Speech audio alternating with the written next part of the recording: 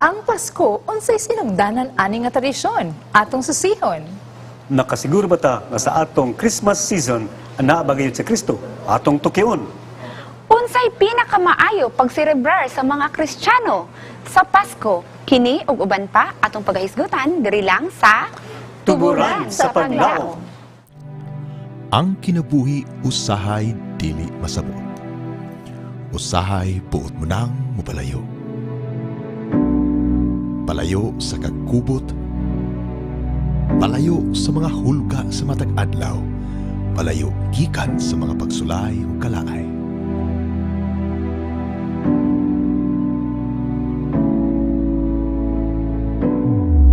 Apan sumala sa kasinatian, bisan unsa pa kangitngit ang kagabion, bisan unsa pa kabugat sa imong lulan. Magasubang ang adlaw sa bagong kabuntagon, sama sa kahayag sa anak sa Dios nga nagadanag lamang diha kanimo. Dala ang bagong kahayag, bagong higayon o bagong paglaom. Welcome mga kapaglaom. Ano yan po usab kita sa atong tulumanon nga Tuburan sa Paglaom. Okay, medyo kabulul-bulul kay Domingo karon daghang gibuhat sa balay. But we're so happy you could join us. And aniya po si Pastor Adil and si Ma'am Lucy June. Okay, I'm sure gimingaw na mo nga kaming tulo. Okay, na yung Zay, mag-absent ang isa. But we praise God, you're always there. And ang atong topic karon very interesting. But before we go there, ato pong hisgutan sa ang ato ang episode adtong niaging Domingo nga absent ko. Okay, internet addiction ka to mga kapaglaom. And karon before ato hisgutan na siya, ang ato ang topic karong gabi is Christmas in is Christ in Christmas. So, naamoy gusto nga ma-share ana, i-share na dayon before ta magsugod sa to ang lecture.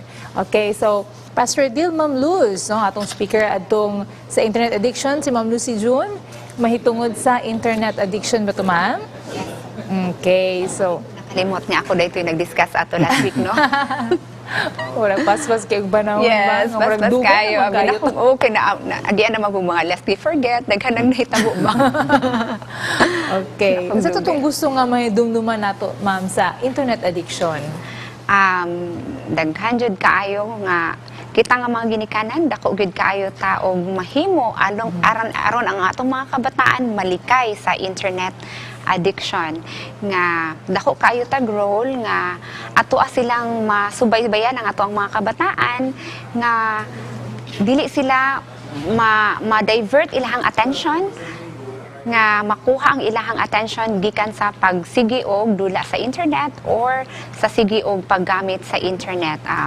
Sir Adil, daghan kaayo dili lahi-lahi ang mga tao no sa paggamit sa internet. Nay uban nga dako silang time sa paggamit sa internet, napoy uban nga mabuhi ra sila walay internet. Depende sa mga tao. Pero sa tuang panahon karon nga labi na online ang mga classes, so di jud na to ma-do away ang paggamit sa internet sa tuang mga kabataan karon. But isip mga ginikanan atong hinungduman nga i-lessen gid nato ang internet time sa tuang mga kabataan. Doc Adil, unsay mga additional? Yes. No, in fact ako nang nahisgutan kanadto no sa early part sa atong programa ni atong pagsugod ani mga September. Nga kining internet addiction or computer addiction usan ni sa mga dili kakumpiyansahan nga addiction tungod kay ang bata dili sama sa ka-drug addict nga kining lahi ang iyang pattern no. Ang bata nga internet addict or computer addict naara na sa balay. Okay, gawas ug mo internet sa balay mato na sa mga internet cafe. Okay? Now, dunay isa ka mama ningon sa ako nga, pastor, pasalamat ko nga ang ako anak homely no, naara sa balay kanunay. Samtang bang bata galatagaw sa kalye, gabi na kay muli, ako naragi taon sa balay, tibok adlaw, apan di ay na-addict na po sa internet, no? Di na mo gawas ganit sa kwarto, di na makikaundungan sa ginikanan, sa mga igsuon. Muna nga, ingon ako, dili ni kakumpiyansahan nga addiction, kay murag okay ra, no? Malipay ta nga naaraga po sa balay, apan galuk-luk ra sa kwarto, o dito, sige nag-atubang sa computer, mga igala. Munang bantayanan, munang last Sunday, unsay isa sa mga immediate nga mahimo nato mahigala is we talk about unplugging, no? Unplugging meaning kita gi mag-control sa internet, no? Dili pwede nga 24 hours na. Unless og responsable ni mga anak nga maka-control sila. Kay kita gani mga idara na mga tiguwang magsige scroll sa Facebook o takabalo nga o takamatngon nga naabot na isa ka oras sig scroll.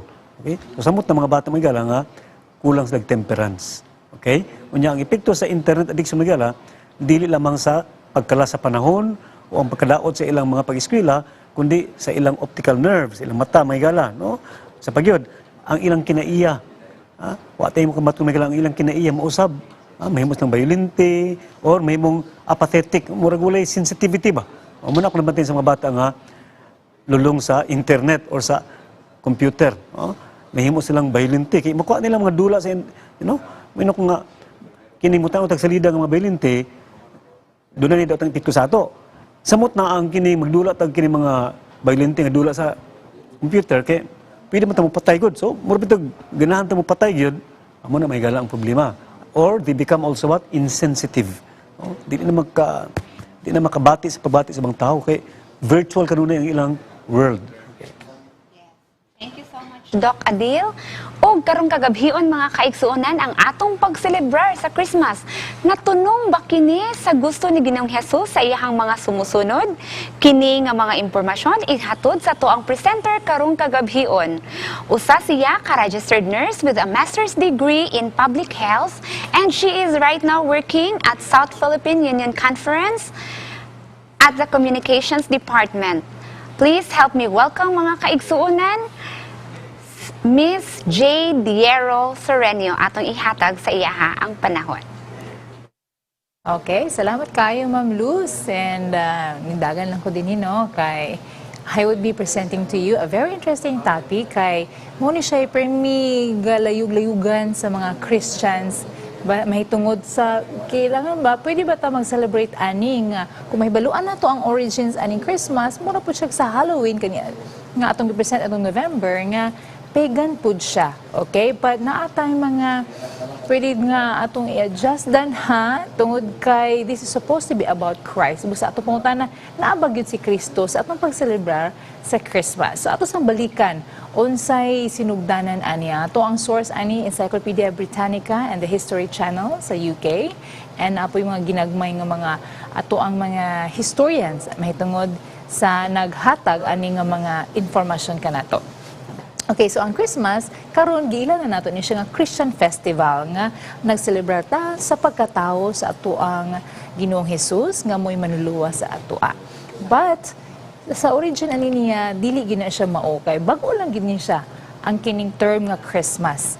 Kay ang mas una pagitanan niya nga term is Yule nga kaning Yuletide season, okay? Gikan ka ng Yule sa Germanic nga murag Joel, sana pag-pronounce nila, but Anglo-Saxon pod nga anak nga variation, kani siyang duha ka terms, may tungod din siya sa ilahang pagselebra sa winter solstice, okay? So sa kana nga mga dapit kailan na silang winter solstice. So sa ato adiri sa mga tropical countries makaingon lang ta nga tingtugnaw nga panahon, no? Mga nga months.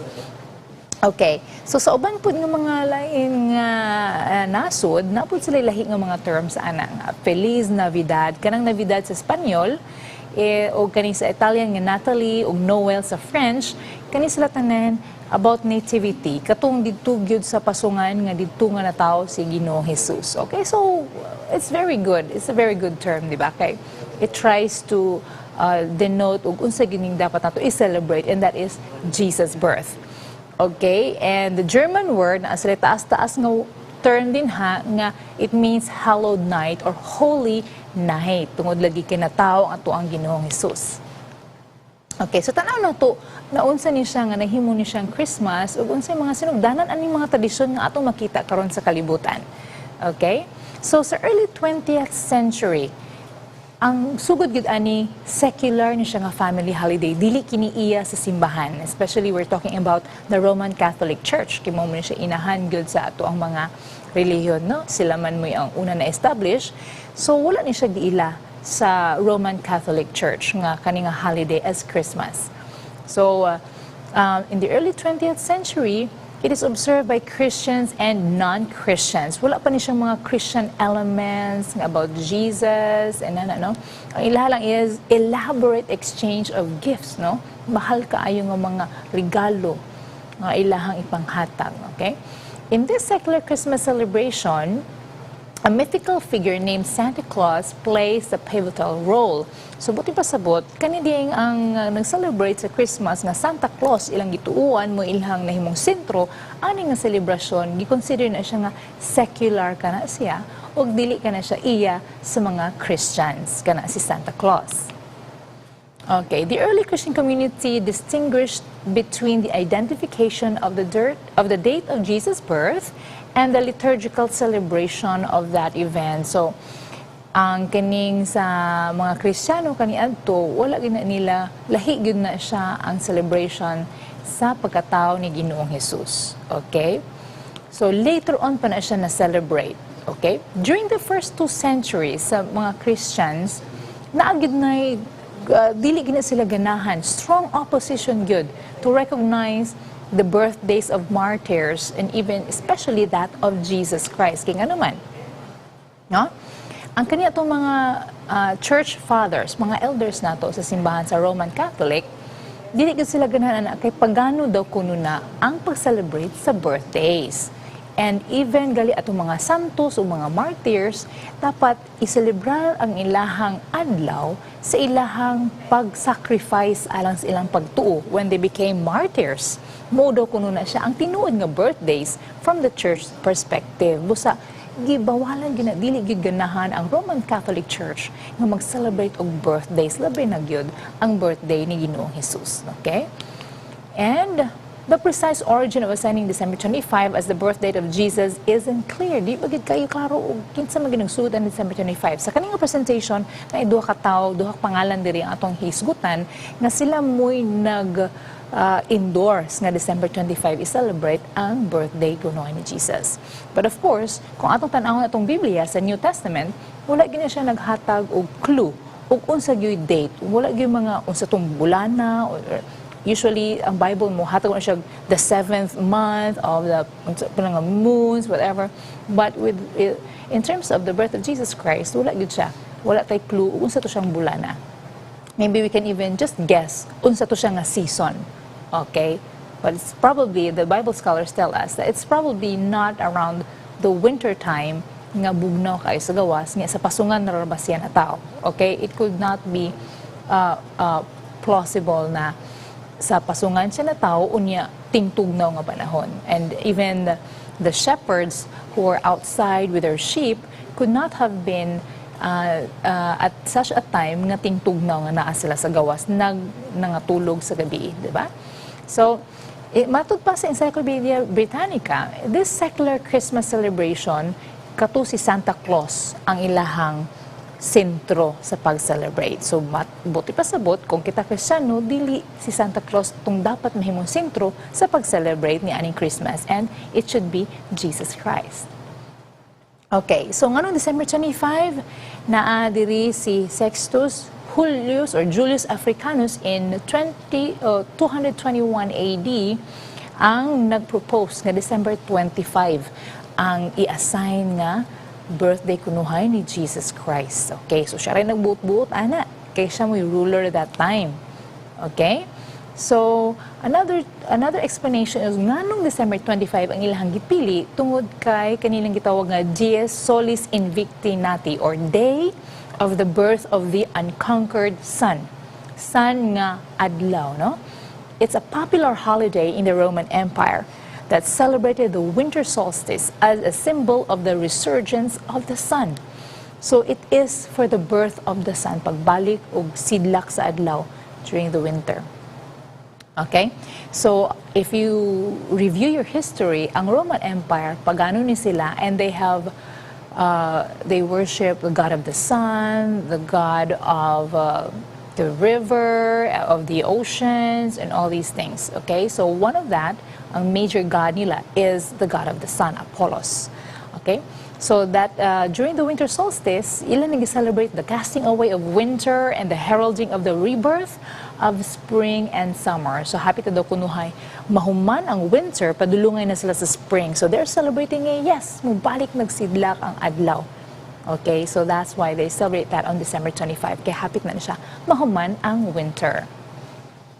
Okay, so after December 25 had become widely accepted as the date of Jesus' birth, Christian writers frequently made the connection between the rebirth of the sun and the birth of the Son. So, ang pagbalik daw kunuhay sa adlaw o kining pagkatao sa anak. Okay? Kung English magud no, kay gamay ra gid kaayo ang diferensya usa ra gid ka letra U ug O. Ganahan kay ang writers magplay ana nga mga words. Okay? And ang simbahan dili ganahan ana. Okay? Pero unfortunately, nakita sa mga sa kalibutan actually nga ang kaning pagkakalma lang o murag wala ray dili ra kay issue sa bag-o nga simbahan, no?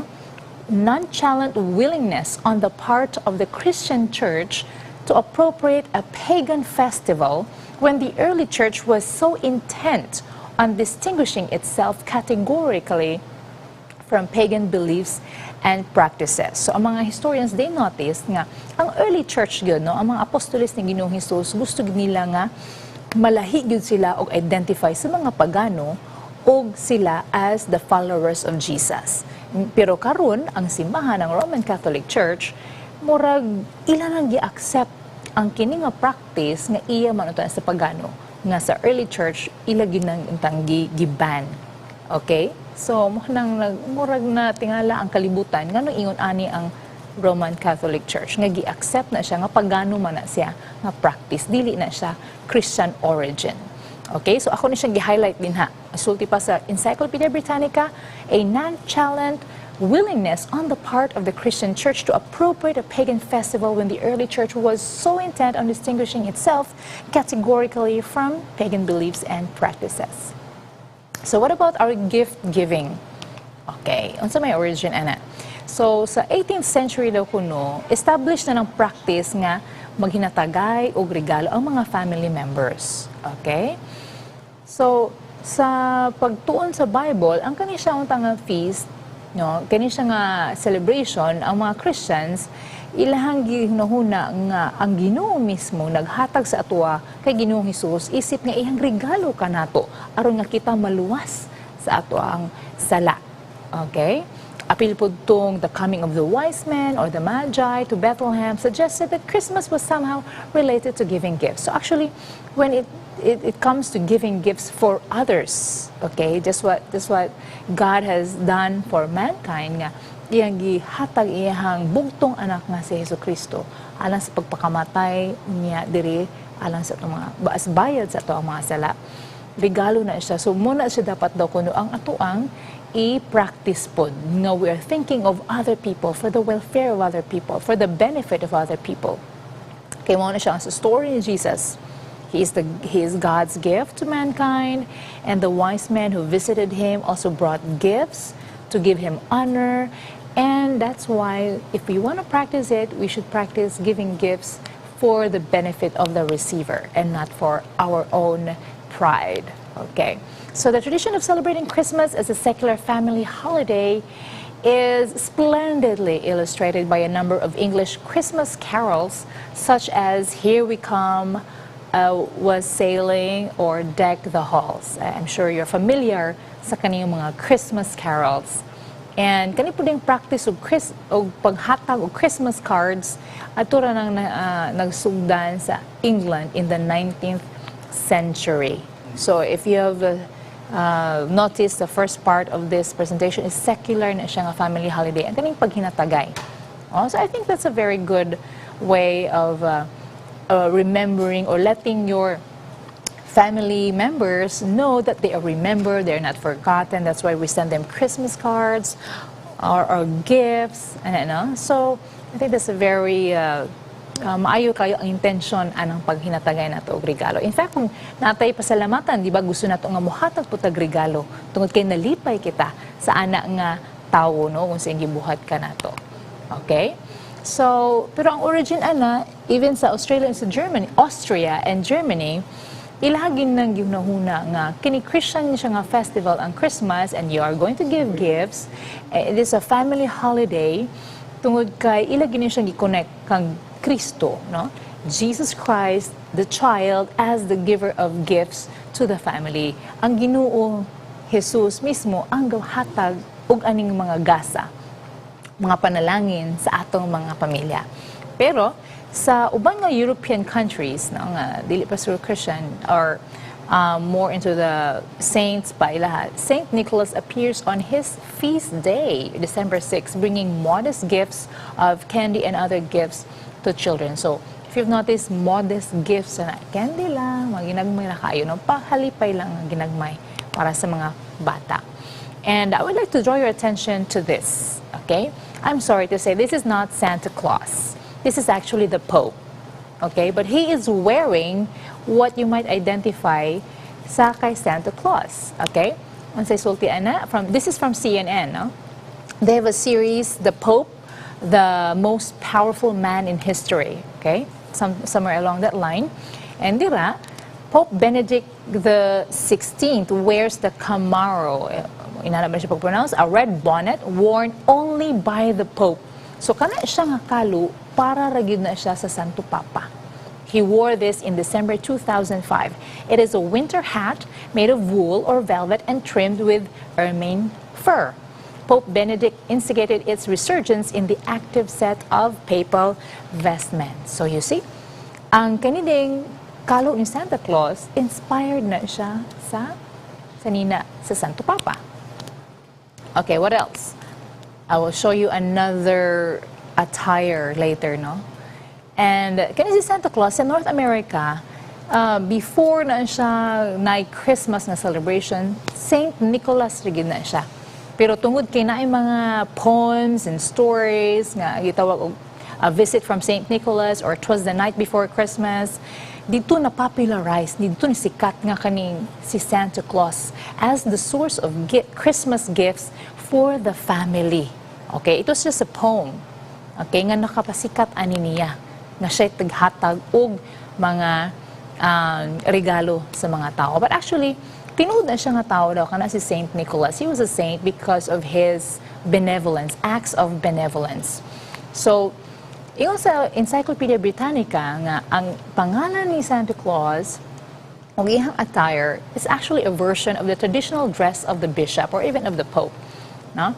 It would reveal his Christian roots. So dito siya gikuha from the church.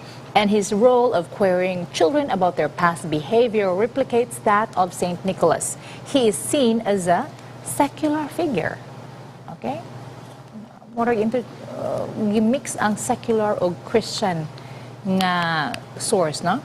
And this one. So if you notice the color, red and white, again, this is the Pope. That's not Santa Claus. So, kanayang kauban dala sa left is the Archbishop of Canterbury. He greets Pope Benedict XVI at his official residence, Lambeth Palace, in central London in September 2010. Here, Benedict XVI wears a mochetta, a cape worn by the Pope and some other religious leaders. Okay, the winter one, so this is the winter attire. It matches the Camaro, katubitang hat, nga red and white pod. So, muna siya ang partner Antonia nga sanina. Okay? Red velvet or wool and adorned with ermine. This was also brought back by Benedict XVI after having fallen into disuse. So, there's also a white summer version. But when it's winter, red and white na siya. Paris atong kalo. Oh, so, you see? So, it's not a coincidence nga si Santa Claus, red and white. And with that, similar kayo silang attire. It's also in winter, Santa Claus. So, ang atong source ana si Father Edward Beck, CNN contributor and Roman Catholic priest of the Passionist order. Okay. Here, mas kuan pag yun ang attire, no? He's wearing the pallium. So, this is another of his vestments. Woolen cloak with 5 or 6 crosses, and the color, look at the color, it's very similar to Santa Claus. This is worn only by the Pope and archbishops as a sign of their unity to the Pope. It is made from the wool of lambs raised by monks and woven by nuns. It is rich in symbolism as the Pope, who is shepherd, literally carries the sheep on his shoulders, especially the lost one. So, of course, the Roman Catholic regards the Pope as the vicar of Jesus Christ. So here he is supposed to be the shepherd in place of Jesus Christ as the shepherd. And he will be the one to, what? Muna inana ihang color because of the blood of the lambs. And he's supposed to wear red shoes pa kuno, okay, as to represent the blood of the martyrs. Okay, so come on and connect. If you want to check out more on this history, it's very interesting. You should go study it. So the modern Santa Claus is a direct descendant of England's Father Christmas. Okay, so ang yang attire from the Roman Catholic popes and archbishops, but ang kining iyahang concept as Santa Claus, gikan ni siya naguna pa ning gitawag og Father Christmas England. He was not originally a gift giver. Di pareha kay Saint Nicholas, no? However, Father Christmas and his other European variations are modern incarnations of old pagan ideas about spirits who travel the sky in mid-winter. So Father Christmas is one of those spirits nga gasuri-suri daw kuno in the middle of winter. Okay, that's from Ronald Hutton, a historian in Bristol University in the United Kingdom. So, pagan ang origin ana ni Father Christmas nga mo'y nahimong inspiration ni Santa Claus. And if you've been watching movies about Christmas and Santa Claus, nakunuhay ni siya elves. And wala gid kabalog po sing itsura ani ni Father Christmas, but he has that characteristic white beard and red clothing. Okay? Pero creations na daw kuno na siya sa American cartoonists in the Victorian era. Sila na naman nag-imagine, ana. Okay? And in the 17th century, he had a beard. Kaning British nga version sa Father Christmas, pero dili siya white. Iyang color is green, not red. Tungod kay they want to see green or to represent the spring in the middle of winter. It's just something para murag ma-encourage sila, ma-alive sila nga. Spring is soon to come. Kay kani daw kunong winter, gyud puti ra tanan, tugnaw kaayo, depressing daw kuno kay na siya nga time sa kanang mga dapit, no? Kita sa tropical countries, di kita ka-relate ana. Pero they wanted to encourage one another, and so green ang ilahang suot sa ilang imagine nga si Father Christmas. And we can thank Scandinavian myths for his reindeer-pulled sled. So, gikan sa Scandinavia. Nga kanang Scandinavia ang kanang sakay daw kunuhay siya reindeer, sled niya ang biraan na ang reindeer. Though the red-nosed reindeer leader Rudolph was another American advertising creation. Okay, and very popular na siya pagid nga kanta, no? So, his elves, unsa origin aning mga kauban daw kuno ni Santa Claus? Yang elves, they have a Germanic and distinctly devilish background. That's not my words. Sa Sky History UK TV na siya. Muna pagka-describe nila, devilish background. But the mince pies, milk, and sherry we leave out for Father Christmas have an even more ancient origin. So, kaning magbilin daw kuno tag food, especially milk and pies or even cookies. Even before Christmas, even before Santa Claus came to be, kaning kay Father Christmas, because they believe nga espiritu ni siya nga magsuroy-suroy in the middle of winter. So mohatag sila. Offerings are reminiscent of sacrifices to pagan gods that long predate Christianity. So tugay na kayo daw na siya nga practice as an offering sa mga pagano nga Diyos-Diyos nila. Okay, so here's just a picture, a modern picture of Santa Claus and his elves. Another pre-Christian link is Father Christmas's first name, Father. This is thought to be derived from Woden, or better known as Odin, the All-Father. Okay, so if you've been watching the Avengers, no? Si Thor, he's the Odin's son. Okay, muni iyang amahan daw ko, no? All-Father, head god of North European and Scandinavian mythology. Okay, so you see, the Christmas origin is not Christian. Americans prefer to refer to him as Santa Claus, and this name derives from the 3rd century Saint Nicholas. He was a charitable bishop from Myra, now called Demre, in Turkey. And unfortunately, Turkey is no longer Christian, diba? Muslim na siya, majority of the people there, but they still regard Saint Nicholas as one of their heroes. So naging sila statwa dito, and they still respect him because of his good works when he was alive. Okay, so here we can see from history nga matinabangon gini si Saint Nicholas busa. He is admired in that part, and mo na siya nihimong inspiration nga all throughout the world of kunuhay, he is the one bringing gifts. Okay, so yeah, mo ni siya ang gihisgutan. If you can see on the screen, nga largely Muslim na ang gigikanan ani ni Saint Nicholas. Okay, but he is still considered as somewhat of a hero. And sa Holland, in certain countries, children receive gifts on the day, kaning December 6, kay mo ni siyang adlaw nga namatay ni si Saint Nicholas. And kaning adlaw mo ni siya gihimo nilang Feast of Saint Nicholas, December 6, og diha makadawat ang mga bata og mga regalo, dili sa Christmas nga December 25. Okay? Because they recognize Saint Nicholas as the giver of gifts. Saint Nicholas was in such, he is such an inspiring figure that even though the town of his birthplace is now largely Muslim, and so no longer recognizes Christmas, they still celebrate the figure of Santa Claus.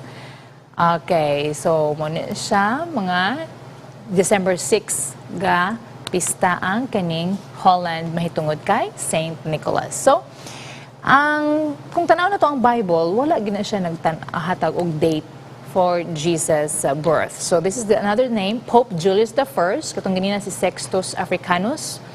And this one, another source from History TV, Pope Julius I in the 4th century ang naghatag daw kuno ana nga date, December 25. Kaya tungod na ang kani siya nga Pope, gusto niya nga mosikat ang Christianity. So, gusto niya nga murag madawat sa mga pagano ang kaning practices sa Christians. Busa nga, he wanted everyone from the Romans to the Babylonians celebrating the beginning of the end of winter. Okay, so that's why Father Christmas is dressed in green, representing the green shoots of spring in the depths of winter. So ako na na-explain, no? They wanted something encouragement nga mahuman na gyud ang winter nga dugay kaayong tugnaw ngit-ngit ano no.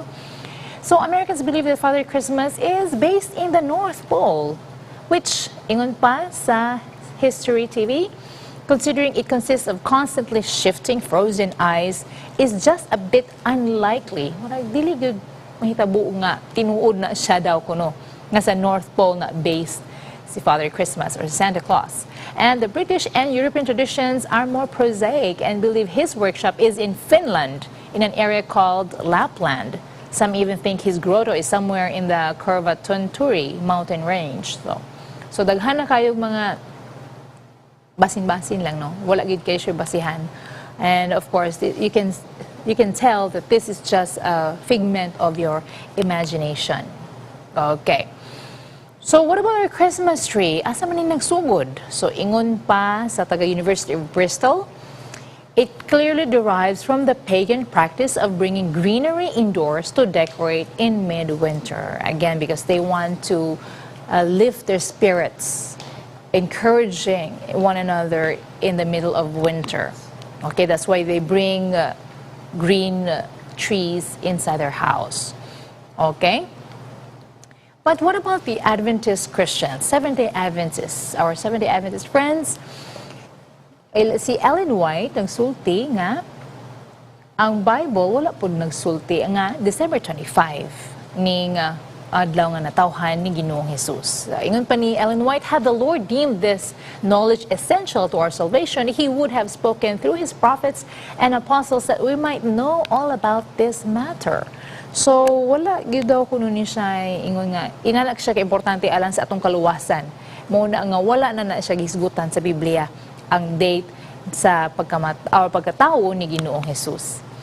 Okay? What about on Christmas gifts? So, si Ellen White, again, I would like to introduce to you Ellen White. He is one of the most prolific American writers in history, and we Adventists consider her a prophet. And if you want to know how we consider her a prophet, I would like to invite you to review our series on Lest You Forget about Ellen White and what the Bible's basis for considering someone as a prophet. Okay, we can find that in the Bible. So we challenge you to look into that as well. So according to Ellen White, she said that Christmas gifts, so there's nothing wrong with giving gifts, okay? Like we said, family is important and we want our members to feel that they are remembered, okay? And then ang ayaha lang is we need to give gifts with the best interest of the receiver in mind. Yung makabenepisyo ginasay, makaayo ginasay.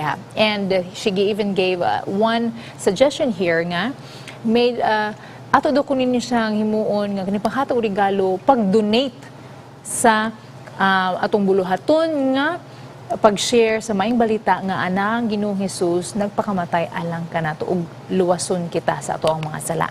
Mo na iyahang advocacy. So, Christmas is a time to honor God. It is our privilege to depart from the customs and practices, meaning kaning extravagance, sobra-sobra nga paggasto. No? In fact, unya, ato may baluan sa itong fast facts, unsa gidi ka gastuso kining pag-celebrate sa Christmas, and then gluttony, kaning sobrang kaon, and display of this degenerate age. And instead of expending means merely for the gratification of the appetite or for needless ornaments or articles of clothing, we may make the coming holidays an occasion in which to honor and glorify God. So she's not against celebrating Christmas. Ang iya lang is, how are we celebrating it? Is it glorifying God or are we just displaying unsay ato ang abilidad sa paggasto? No? Okay. So, brothers and sisters, ato na siyang discussan pag yun. After this short break, we hope that you will send to us your comments, your questions, and we will take it up here sa Tuburan sa Paglaum.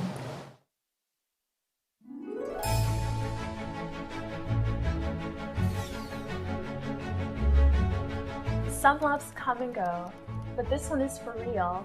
I am loved. I am broken. I need help. I need a Savior. Jesus, give me the power to change. No more excuses, Lord. I confess I have sinned. Jesus, I am yours. Jesus, I accept your offer of salvation. Thank you. Jesus, I love you and I want to obey you. I can't believe it. I'm growing in Jesus. Jesus, I will be your hand and I will be at your service. Thank you for the love letters. 24/7, 365. I'm connected to Jesus. For my doubts, I have an anchor in Christ. There is joy in this journey. This is the happiest I have been in my life. Discover, renew, and grow together as we explore Steps to Christ. Read Steps to Christ again for the first time. Welcome back mga kaigsunan. You are watching Tuburan sa Paglaum, dedicated to addressing personal and social issues. Ug salamat kaayo Ma'am Jade sa nindot kaayo nga presentation karong kagabhion, and that is presenting Christ during Christmas. Kay usahay nawala na si Ginoong Hesus, which is the reason for celebrating Christmas during this season mga kaigsunan. Ug Doc Adin, na ba mo gustong i-greet? Ako sa dayang i-greet si Ma'am Lily Katoliko, Ma'am Lily Katoliko nga nagtanaw karon, si Ma'am Arbe, si Ma'am Gata, ug ako ang classmate si Mona Lisa nga Lavisores ug si Lingling nga Kipanis. Mayong gabi. Thank you for watching with us. Merry Christmas. Next Sunday din, ang atong padayon ng kining topiko, ang atong gituon karon about the origin. Hay nagsugod kini pag-celebrar sa Christmas. Ang atong tunan sa sunod nga yugto sa atong programa is, should we or should we not celebrate Christmas, and if ever we may celebrate Christmas sa unsang paagiha. Okay? So, anyway, ako kung gusto makauna gid og greet ani mga tawhana o Merry Christmas sa kang Sir Mike o Ma'am Emmy Fernal nga naa sa California, usab kang Uncle Ray o kang Auntie Elsa Cometa nga gatan-aw karon sa itong programa ko, no? Uncle o auntie ko ani kay gamay pa ko sa spoke, pero gamay magyapon, but anyway, bata-bata pa ko diri naanagid ni sila sa SPUC. O usab kang Mayang o kang Livy Velasco sa Palawan, kang Almar Elorde nga akong estudyante nga gapastor karon sa dapit sa Cavite, o kang Lucille Buenaventura datong puti, no? Na sa Davao, o of course ang akong hinigugma nga igsoon si Ate Eva Ticar o Kuya Philip o ilang kabataan di sa Texas. Wow, okay. Ato pong i-greet ang atong usas sa itong volunteer sa Tuburan sa Paglaum, si Chin Chin. Chris J. Terminis, iyadong birthday karong adlaw. Happy birthday, Chin! If you're watching, online na lang ang cake, ha? Virtual ang cake. Og Ma'am Jade, alang sa to ang fast facts, pwede na to ipa-show ang ato ang fast facts karong kagabhion.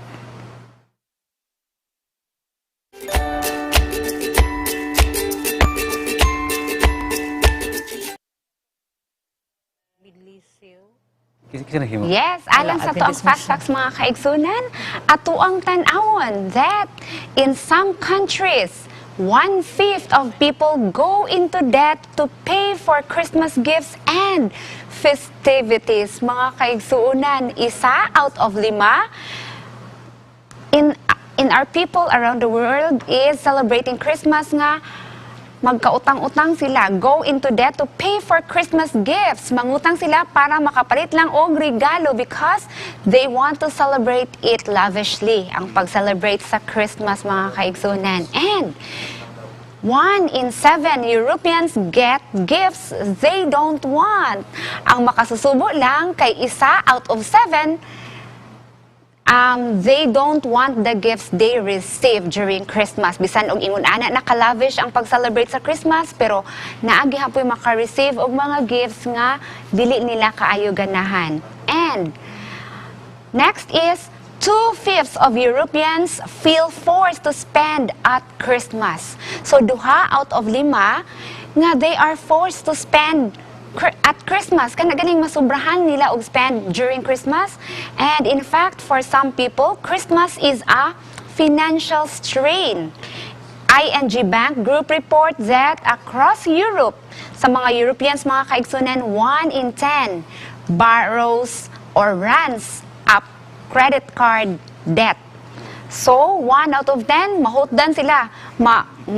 Mahurot ang ilang credit limit siguro sa ilang credit card just to pay the festivities. And 2/5 feel pressure to spend more money than they want to at Christmas. So 2 out of 5 nga ganahan kay sila nga mo spend more for the Christmas festivities, mga kaigsunan. And compared to 25% of consumers who said they were intending to spend less that year, 29% of those surveyed said they would spend more during 2020 holiday season. So, 25% na ingon nga, gamay lang atong igasto karon. Pero according to the survey, 29% of the people surveyed nga mo spend daw sila og more for this 2020 holiday season. Siguro kay magpasalamat sila sa Ginoo nga naabot sila kay tungod sa pandemic na naabot nato karon, they want to celebrate siguro ang pagpasalamat sa Ginoo, so they want to spend more for this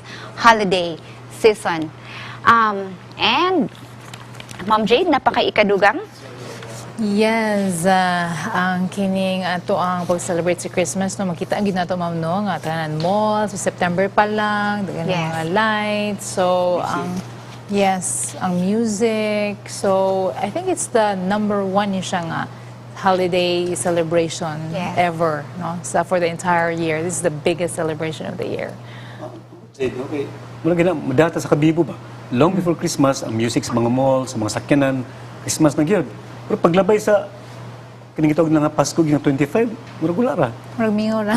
Sa ato ba? I don't know sa man kining mga kwarta, pero sa ato ba? Bilang mga Adventist, murag labay lang. Pero September na pag August pa sa hanap na music. Murag mas bibo, no? ang hype, Ang hype, yeah. They're ang building up the hype kay para mugasto ka. It's all marketing. Yes. Strategy rin na siya. Marketing one. Karon nagsugod-sugod nagdaghang linya sa mga malls karon, daghan nag mga tao bisag pandemic kay syempre Christmas shopping. Oo. Murag mo gud siya makita og expected nga mamalit. Yeah, ang mga malls pud karon daghan pud kayo silang mga baligya na for Christmas gifts. Okay, so exciting na kaayo. Good luck sa atong mga pitaka. Yes, so kasagaran kita sa mga tao mo overspend during Christmas. Daghan og madawatan pero daghan pud og gasto, di ba? Kay usahay ganahan ta nga Christmas permit kay naay bonus. Oh, mura gid naman kato yung gisulti sa fast facts ba. Yeah. Ang uban mangutang pa. Yes, Para lang anay ikagasto. mahurot ang mga credit limit sa credit cards kay nasubra na og gasto. Then ako aning gusto i-reiterate din hinga. Doc Adil, why is the Bible silent on the date of Jesus' birth? Gidiscuss man na ni Ma'am Jade ganina briefly, pero nganong wala man jud, dili daw siya, wala siya ilabot sa tuang kaluwasan. Motong giingon ni Mrs. White dito, no? Nga murag dili siya importante ba para sa tuang salvation, murag wala siya importansya sa tuang about sa tuang salvation, pero di ba usually kay kanang mga birthday kanang kuan mo kay sa tuwa big deal sa tuang mga tao nga mo celebrate ta, magpasalamat ta during our birthday, pero nganong wala jud gisulat sa Bible. By the way, for the information of the public, Jesus no, Christ. there is a strong contention, no, based on research po, no, nga ang tinuod daw nga adlaw sa pagkataon ni Jesus Christ was sometime in October. October lagi. No? Daghan sila mga manpod. Panduna po yung sa kaskala, nagsulti na ako nga napasinabasan nga well-researched po kuno nga sakto gyud po ang December 25. So muna ang anyway sa imong pangutanang kaha, now I can only conjecture, no, and based po sa spirit of prophecy nga basin mahimo na nga venerated ang adlaw, okay, mahimo na nga idolatry, okay, karon gani nga wala pagibutyag ang sakto gyud mga tao konbensido gyud, no, more of the people of the world are really convinced nga December 25 gyud. Unsa na kagiklaro gyud sa Biblia. Okay? So just like the second coming of Jesus, wala po na kabalo sa unsang adlaw gyud kay mo gyud po na nga ang atong affection ba is that of veneration. Nga mawala na ang atong pagtuo sa Ginoo nga tinuod tungod kay kabalo ta karon sa sumbalik. So mo gyud po ng Christmas may gala. Okay? So wala gyud date gi-specify diha.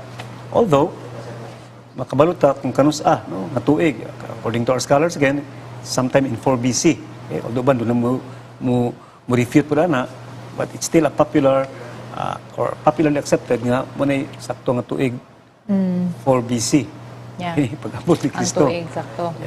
Yeah, then, but ang specific date, wala gyud kung sa ang bulan. Lagi. Pero what should be the focus of this celebration, di ba? Ang uban murag na mali ilahang focus sa celebration, na overspend. Unsan man unta di ay ang dapat nga focus na to ani nga celebration. Muna ang atong pagahisgutan sa sunod nga yugto, sunod episode ani nga program muna, mga gala. So part 2. Balik mo, no? Balik mo. Okay, part 2. Part 2 ani, no? Okay, si Pastor Adil na mag-presents. Kani, Ma'am Jade, naman tayo mga kids. Should Christians let their kids believe on Santa Claus? Why or why not?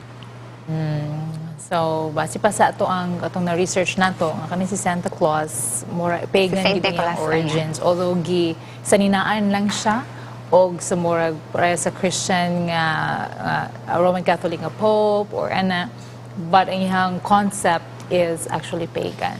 Yes, just this morning sa among worship kaganinang buntag ba nga akong gidiscuss sa amo ang worship nga giingnan ako mga anak nga mo na siya isa sa mga counterfeits sa kaaway ba nga instead ang focus unta si Ginoong Hesus nga maghatag sa tuang mag-provide sa tuang need ang mga bata murag magmata ganis nga sila nga mag-wish sila kay Santa Claus, magbutang sila stockings kay hatagan ni Santa Claus sa ilahang wish, ilahang gifts nga gusto nila, di ba? So that's a counterfeit of the enemy nga instead si Jesus Christ ang ma-focus during Christmas, dili na si Santa Claus na kay murag ka Santa Claus na tama ngayo, dili na sa Ginoo. Ingon ana ang pag-celebrate sa kalibutan karon.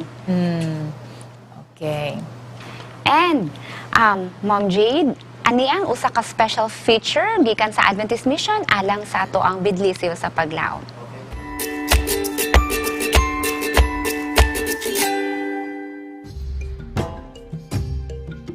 These ruins used to be a beautiful church. Now this place has been claimed by plants. But hope is not gone. Just like these plants, the Seventh-day Adventist Church took root in this country nearly 100 years ago.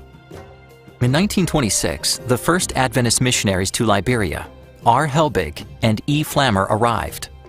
A year later, these German missionaries established Liberia's first Adventist church. I started going to church here 1989 by my late father, who was once a deacon of the church. He used to carry me to church when I was a little child and brought the school here, and they encouraged us, the young children from the church, to come here and go to school.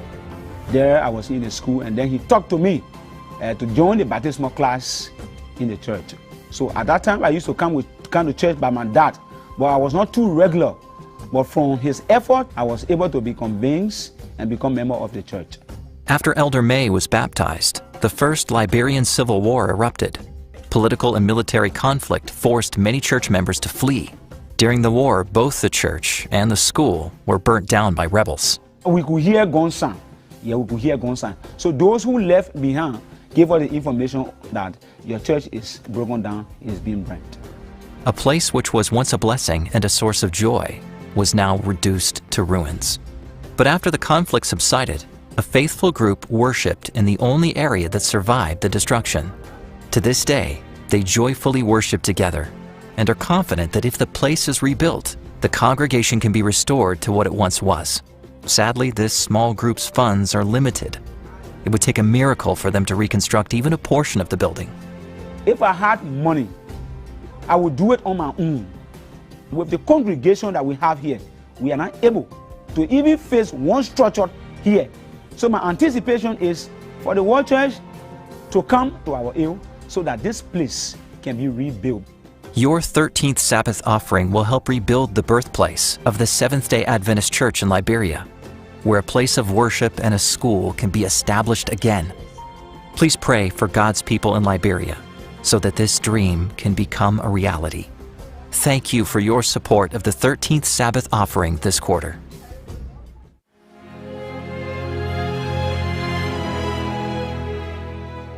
The West Central Africa Division sends missionaries to the front lines of mission in both the cities and remote, hard-to-reach areas. But mission also happens in Pierre's office at the division headquarters. Pierre is the administrative assistant to the president of the West Central Africa Division. Part of his job is to work behind the scenes, making sure missionaries are placed where they are needed most. And while his efforts usually go unnoticed, Pierre doesn't mind and finds joy in being part of God's work. To me, I think all those who work in the vineyard or the Lord work in various capacities. Some do some work that people can see, but others also work behind the curtains. Even if you're not on the front line for people to see, I think that is not the most important. But even in your very small corner, you can contribute to the progress of the Lord. Pierre wakes up early at 4:30 so he can beat the morning rush and get to his office. He answers emails, sorts out itineraries, and applies for visas for missionaries, among other things. I don't see it as an ordinary office work. I work in the church of the Lord. Work in the church is a blessing because we are called to work, to be co-workers with the Lord in the salvation of people. And as Pierre goes about his work, he comes in contact with people who need counsel. As a church elder, Pierre prays for the different people who come to his office. Sometimes he gives a word of encouragement to the missionaries who come before they head out to the mission field. Nothing could have been really possible without the people who are working behind the scene. And some of us as leaders, we are just here to represent them. And we are the public person. But those who are working behind the scene in our division are serious workers for the cause of the Lord in our territory. So we are grateful for their life. We are grateful for their talent. We are also grateful for whatever they are doing. And we work as a team.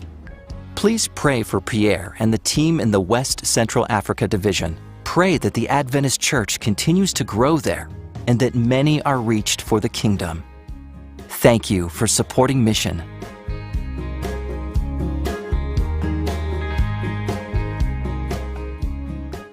Ug mao kana atong bilisiw sa paglaom sama nila nga naghatag or sila mo'y nag-agto dito pagbuhat sa buluhaton sa Ginoo sa mahimong panalangin sa atong komunidad. Mao kana ang gusto nga celebration sa ato ang Ginoo labi na sa Christmas season. So let's put Christ back in Christmas and give glory to Him. Nga yugto atong padayon atong paghisgot ini nga tema kay daghan mga tawo ang dunay issue ani angay bagita mag-celebrate sa Christmas. Ug ako sab ginagreet ang ako may gaagaw sa iligan si Tata og diri Lim, no? Uban sa akong silingan sa Mountain View College si Engineer Menard Mansagiton. Yes, mga kaigsuunan, ayaw kalimti sa matag sitwasyon, sa matag confusion, adunay tubag ug kagawasan diri lang sa Tuburan sa Paglaum.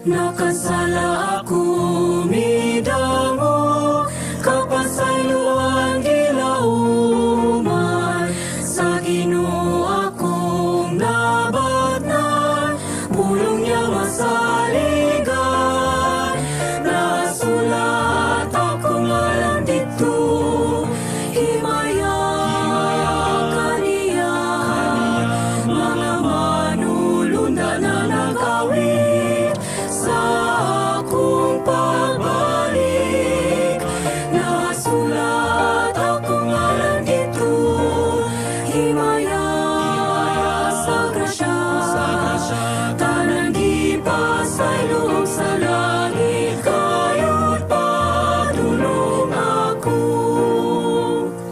nagluhod ako sa krus niya kadlok ibatin ako pagabli sa langit nakita nasulat ang ngalan ko nasulat akong ngalan dito himaya kaniya mga manulunda na nagawin sa akong pagbalik nasulat akong ngalan dito himaya sa grasya tanang gipasay loob sa langit kayo't patulong ako